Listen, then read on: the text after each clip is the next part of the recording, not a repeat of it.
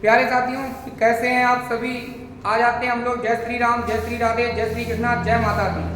आज की क्लास में हम लोग नया चैप्टर पढ़ेंगे जिसका नाम होगा एवरेज, औसत। आइएगा, देखिएगा। तब तक के लिए हम लोग क्या करेंगे, @मैथ्स बाय पुनीत सर, एक बार चैनल को देखेंगे आप, मैथ्स बाय पुनीत सर। बेटे देख लीजिएगा, कहीं पर भी कोई स्पेस नहीं देना है। अच्छे से देखकर चैनल को सब्सक्राइब करिएगा और लाइक और शेयर जरूर करिएगा। वीडियो को पूरा देखिएगा लास्ट तक, तभी आपको पूरे समझ में आएगी एक एक चीज, तभी आप समझ पाएंगे। आइए बेटे, आज की क्लास में सबसे पहले हम लोग एक बात सीखेंगे औसत पे। सबसे पहले क्या सीखेंगे कि क्रमागत प्राकृतिक संख्याओं का योग। देखिएगा ध्यान से, क्रमागत प्राकृतिक संख्याओं का योग। बेटे क्रमागत प्राकृतिक संख्याओं का योग क्या होता है, n+1/2 होता है। बेटे अगर औसत की बात कर लेते हैं तो औसत क्या होता है बेटे, मैंने सीखा था कि सभी पदों का योग बटे पदों की संख्या होती है। इसके मतलब बटे पे n, बेटे n से n कैंसिल हो गया, तो क्रमागत संख्याओं का योग क्या होगा, n+1/2। नेक्स्ट पॉइंट पर आ जाते हैं बेटे, इसकी भी बात करेंगे हम लोग। तो आप लिखेंगे क्रमागत प्राकृतिक संख्याओं के वर्गों का योग। प्राकृतिक संख्याओं के वर्गों का योग। बेटे क्रमागत प्राकृतिक संख्याओं के वर्गों का योग बेटे क्या होता, तो आप कहेंगे 1/6 होता, n और n+1 और 2n+1 होता है। बेटे अगर मैं इसकी औसत की बात कर लेता आपसे, तो औसत बेटे क्या होता, सभी पदों का योग बटे में पदों की संख्या।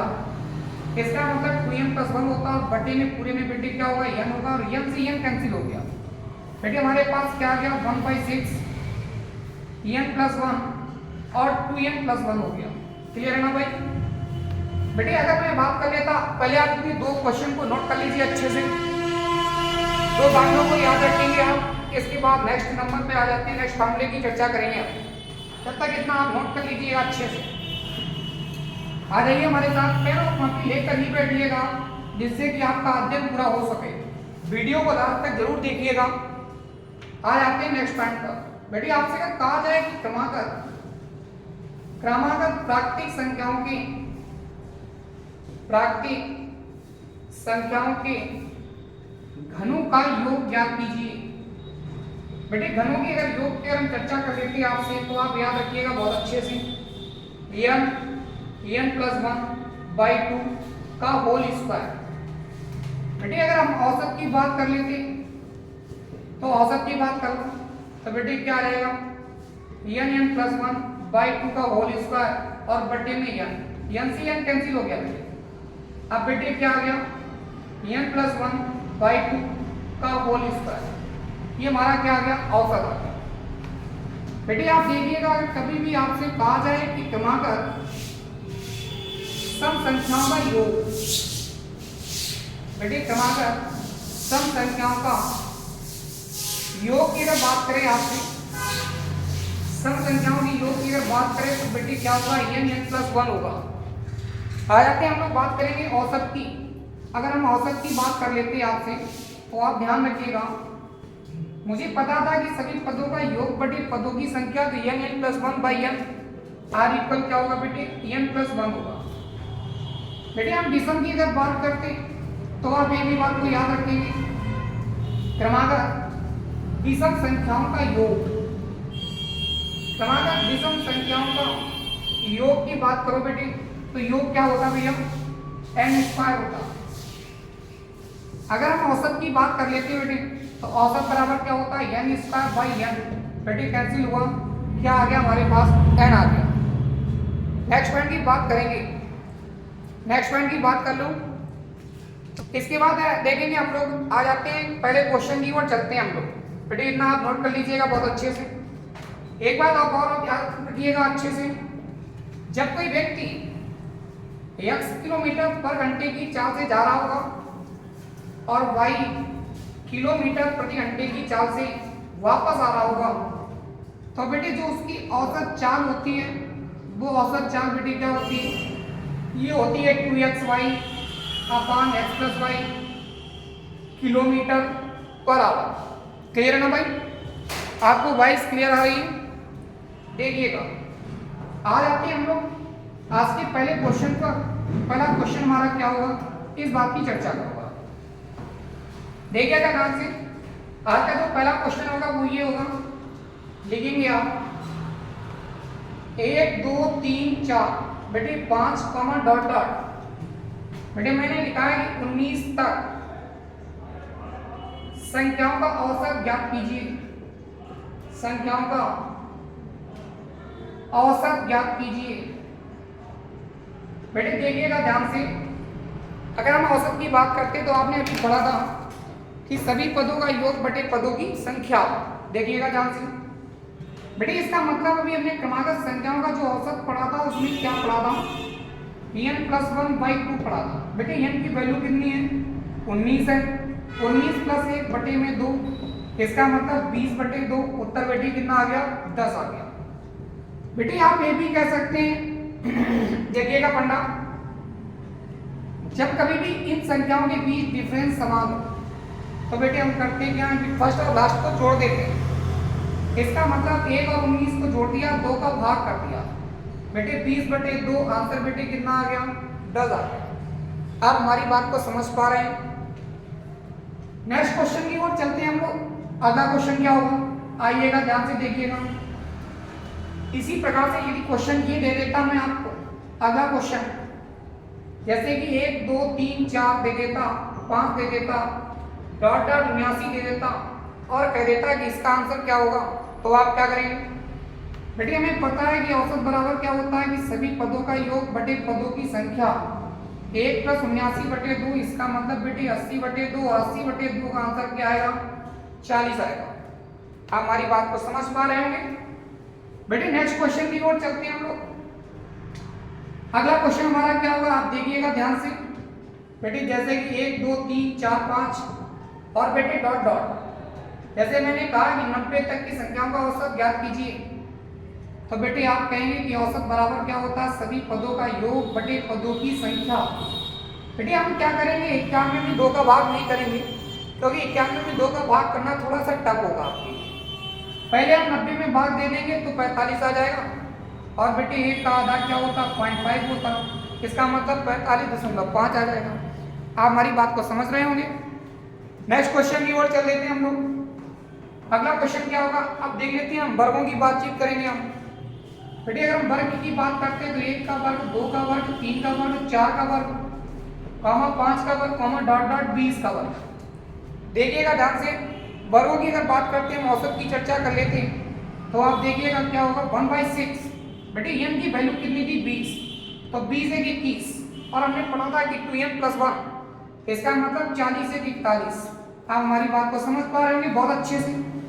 बेटे 41 का और 21 में गुणा कराएंगे हम, तो देखिएगा ध्यान से, 21 एक 21 हासिल में 2, और 21 चौक 84, और 84 2 कितना होता बेटे, 86।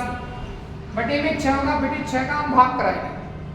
देखिएगा ध्यान से, बेटे 6 एकम 6, 2 बच गया, 6 चौक 24, 2 बच गया, बेटे 6 तिया 18, 3 बच गया, और 6 पंचे 30, इसका मतलब 143.5। क्लियर ना बेटे? अगला क्वेश्चन, आप हमारी बात को समझ पा रहे हैं? देखिएगा ध्यान से। अगला क्वेश्चन क्या होगा, अगर हम इसी क्वेश्चन को आपको एक बार लगाने को दे देता हूं, तो अगला क्वेश्चन आप लगाएंगे, जल्दी से आंसर हमें पुट अप करेंगे। कमेंट बॉक्स में क्वेश्चन के आंसर जरूर लिखिएगा आप बहुत अच्छे से। ये भी आप तैयारी कर रहे हैं, कितनी कर रहे हैं ये भी बताते रहिएगा हमें। देखिएगा ध्यान से, आ जाइए वापस। बेटे 1/6, बेटे हमने पढ़ा था कि n+1 होता और 2n+1 होता वर्गों का औसत। बेटे ये क्या हो गया, 1/6। ये संख्या 10 थी, तो 10 से 11, 10 दूनी 20 है 21, और 21 बेटे 3 का भाग करेंगे, 3 दूनी 6, 3 सत्ते 21। बेटे 11 का 7 में गुणा कराएंगे तो 11 सत्ते 77, 77 में 2 का भाग कराएंगे। ये क्या आ जाएगा, 2 तिया 6, 1 बचेगा, और 2 अट्ठे 16, और 2 पंचे 10, इसका मतलब बेटे 38.5 आएगा। आप हमारी बात को समझ पा रहे होंगे? इसका मतलब कि 38 दूना कितना होता है बेटे, 76 होता, और 5 दूनी 10 होता, और 76 1 77 होता। क्लियर ना भैया? आ जाइएगा नेक्स्ट पॉइंट की ओर चल लेते हैं हम लोग। इसी प्रकार से अगर ये क्वेश्चन दिया जाए तो हम लोग कैसे करेंगे, घनों की बात करो बेटे। जैसे कि 1 का वर्ग और मैं 2 के वर्ग की बात कर रहा हूँ, 3 के घन की बात करूंगा इस बार बेटे। जैसे कि 4 का घन कर लेता हूँ, डॉट डॉट 10 का घन कर लेता हूँ बेटे। हमसे कह रहा था कि उसके घनों का औसत ज्ञात करो। औसत की अगर बात कर लेते हैं बेटे हम, तो बेटे हमने पढ़ा था कि n+1/2 का बेटे होल स्क्वायर।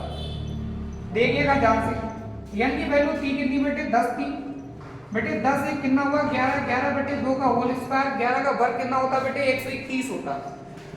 इसका मतलब 121 बेटे 2 का भाग कराएंगे, 2 छंग 12 बेटे। हम पॉइंट लगाएंगे, 0 बढ़ाएंगे और बेटे कितना आएगा, इस बात को ध्यान रखिएगा बेटे, क्योंकि 60.5 आएगा, क्योंकि 60 दूनी 120 और 1 का आधा कितना होता, 0.5 होता है। नेक्स्ट पॉइंट पर आ जाते हैं, अगला क्वेश्चन देखते हैं। अगला क्वेश्चन क्या होगा, इसी क्वेश्चन को यदि हम ऐसे लगा दें, जैसे शिक्षण संख्या की बात कर लेते हैं, जैसे 2, 4, 6, 8, 10 बेटे। इसका औसत क्या होगा, आपने अभी पढ़ा था औसत क्या होता भैया, इसका मतलब कि सभी पदों का योग बटे पदों की संख्या। देखिएगा ध्यान से, एक तो आप ये भी कह सकते हैं कि इनके बीच डिफरेंस समान था बेटे, हम ऐसे भी लिखा सकते हैं। इसका मतलब फर्स्ट और लास्ट को हम जोड़ सकते हैं, और जैसे ही हम जोड़ेंगे बस एक 2 का भाग कराएंगे बेटे। 12 में 2 का भाग कराएंगे, उत्तर क्या आएगा हमारा, 6 आएगा। वैसे आप एक बात और भी दे सकते हैं, जब कभी भी ये 5 डिजिट दिए गए तो इनका औसत क्या होगा, हमारा बीच का होगा। क्लियर है ना। इसके बाद अभी हमने सम का औसत भी पढ़ा था बेटे। सम का औसत क्या हमने पढ़ा था, हमने पढ़ा था n+1 बेटे। n का मतलब ये वैल्यू कितनी है हमारे पास, 5 है बेटे। 5 + 1 बराबर उत्तर कितना आ गया, 6 आ गया। आप किसी भी तरीके से लगा सकते हैं। नेक्स्ट क्वेश्चन की ओर चलते हैं हम लोग। अगला क्वेश्चन क्या होगा, देखिएगा ध्यान से। विषम की मैं बातचीत कर रहा था आपसे बेटे, जैसे कि 1, 3, 5, 7, 9, 11 है, और अगर मैं बात कर लेता 13 है का बेटे औसत क्या होगा, आइएगा ध्यान से देखिएगा। इन संख्याओं के औसत की मैं बात कर लेता बेटे, डिजिट कितने लिखे हुए हमारे पास, देखिएगा ध्यान से। ये 3 ये लिखे हुए, 3 ये लिखे हुए, 7 लिखे हुए। अगर 7 की बात कर लेते तो इनका औसत क्या होगा बेटे, 1 तो 7 होगा, बीच की संख्या होती। अगर कभी भी अगर इनके बीच अंतर इनका समान होता तो बेटे हम लोग क्या करते हैं, फर्स्ट एंड लास्ट बेटे। देखा होगा आपने, फर्स्ट एंड लास्ट जैसे ही जोड़ा वैसे ही 2 का भाग कराया बेटे, आंसर कितना आ गया, 7 आ गया। क्लियर है भाई। और अभी हमने पढ़ा था विषम के लिए बेटे, देखिएगा ध्यान से। अभी आपने विषम संख्याओं के औसत की बात की थी बेटे, विषम संख्याओं के औसत की चर्चा की थी आपने बेटे। ये डिजिट कितने हमारे पास, 1, 2, 3, 4, 5, 6, 7 बेटे, 7 आ गया। और वैसे भी 7 का हमारे यहाँ बड़ा उल्लेख है हिंदू समाज में, 7 बहुरी पड़ती बेटे। आप समझ रहे हैं हमारी बात को, हाँ 7 का बड़ा उल्लेख है, क्योंकि हमें ये भी पता है कि हमारे यहाँ 7 बहुरी पड़ती है और 7 ही दिन होते हैं हमारे यहाँ। ये भी बात को ध्यान रखिएगा। और कैलेंडरों में 7 का बड़ा महत्व है, और 7 तो फ्री मान लो। आप तो बड़े समझदार है, 7 ही निभाना साथियों, ठीक है। देखा होगा तुमने, एक सीरियल आता था पहले, कोकिला बहन की 7 निभाना साथियों, पक्का। आ जाते हैं नेक्स्ट पॉइंट की बात करेंगे, ठीक है। देखिएगा क्वेश्चन हमारा अगला क्या होगा बेटा, जैसे कि 76 होगा, 78 होगा, 71 होगा, 69 होगा, 65 होगा और 66 होगा बेटे। आपसे चर्चा है, इसका औसत ज्ञात कीजिए। आप जल्दी से लगाकर बताइएगा, जल्दी से आंसर दीजिएगा हमें। ये 65 था बेटे। आपके पास एक पहला तरीका तो ये होगा, आप करेंगे क्या, 76, 78, 71, 69, 65, 66 को बेटे ऐड कर लेंगे हम। और हमें ये भी पता है कि सभी पदों का योग बटे पदों की संख्या। इसका मतलब ये हम जो कर रहे हैं, इसका मतलब हमारे पास टाइम वेस्ट हो रहा है बेटे। हम लोग करेंगे क्या, किस बात की चर्चा को, ये तो आप लगा लेंगे, हमें पूर्ण विश्वास है आपसे।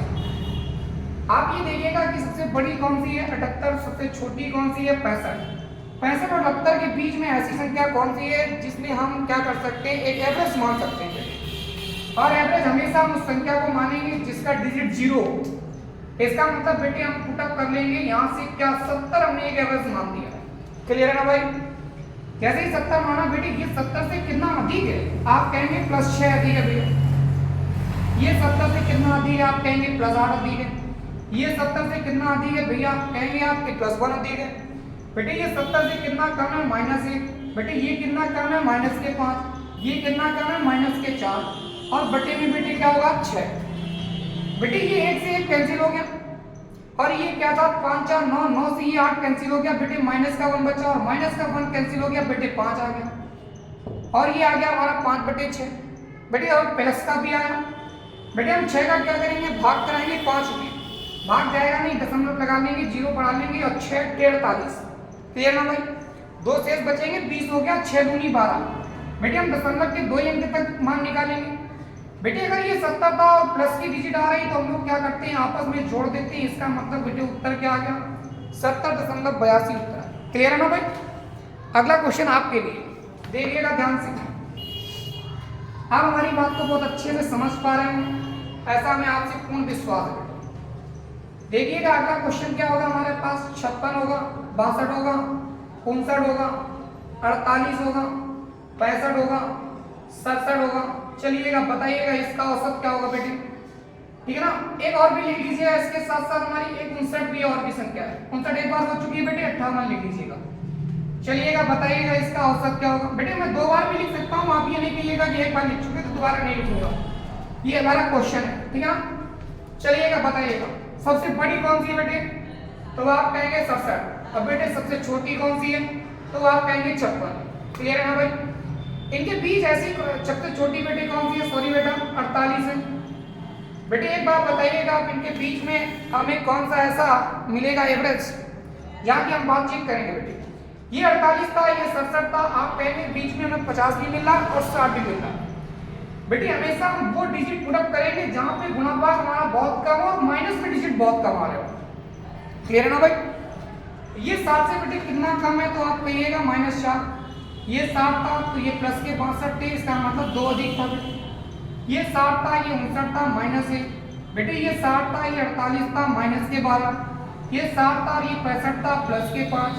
ये 60 था, ये 67 था, प्लस के 7। ये 60 था, ये 58 था, माइनस के 2। क्लियर है ना बेटे। अब बेटे कुल डिजिट कितने हमारे पास, 7। क्लियर ना भाई। देखिएगा ध्यान से, आप घबराइएगा बिल्कुल नहीं, आपको बहुत अच्छे से मैथ आ सकती है बेटे। ये 4 2 6 1 7, बेटे ये 7 से 7 कैंसिल हो गए। क्लियर ना भाई। ये बेटे 5 2 7 और 7 से 12 कट गए बेटे, कितना बचा, माइनस के 5 बचे। आप कहेंगे भैया माइनस का 5 बच रहा है इस बार, कोई बात नहीं बेटे, दशमलव लगाया, 0 बढ़ाया, 50 हो गया। बेटे 7 सती क्या हुआ, 49 हुआ। बेटे हमारे पास कितना बचा हुआ, 1 बचा हुआ। बेटे 7 एकम 7 पर, लेकिन ये जो 7.71 आया बेटे, ये कैसा है, निगेटिव आया। इसका मतलब इस बार हम क्या करेंगे, इसको घटा लेंगे। बेटे घटाने के लिए आप देख लीजिएगा ध्यान से, ऐसे घटाएंगे आप, बहुत अच्छे से घटाइएगा, कोई भी गलती ना करिएगा। 10 में 1 गया बेटे, 9 आया। 9 में 7 गया बेटे, 2 बचा। यहाँ कितना बचा बेटे, 9 बचा, ये 5 बचा। बेटे कभी भी आप एग्जाम हॉल में बैठे हो और आपको ये लग रहा हो कि हमने जो घटाया हुआ वो गलत हुआ, तो आप एक बार फिर देख लीजिएगा। इन दोनों डिजिट को अगर ऐड कर दें और ये ऊपर वाली डिजिट आ जाए तो हमारा आंसर सही है।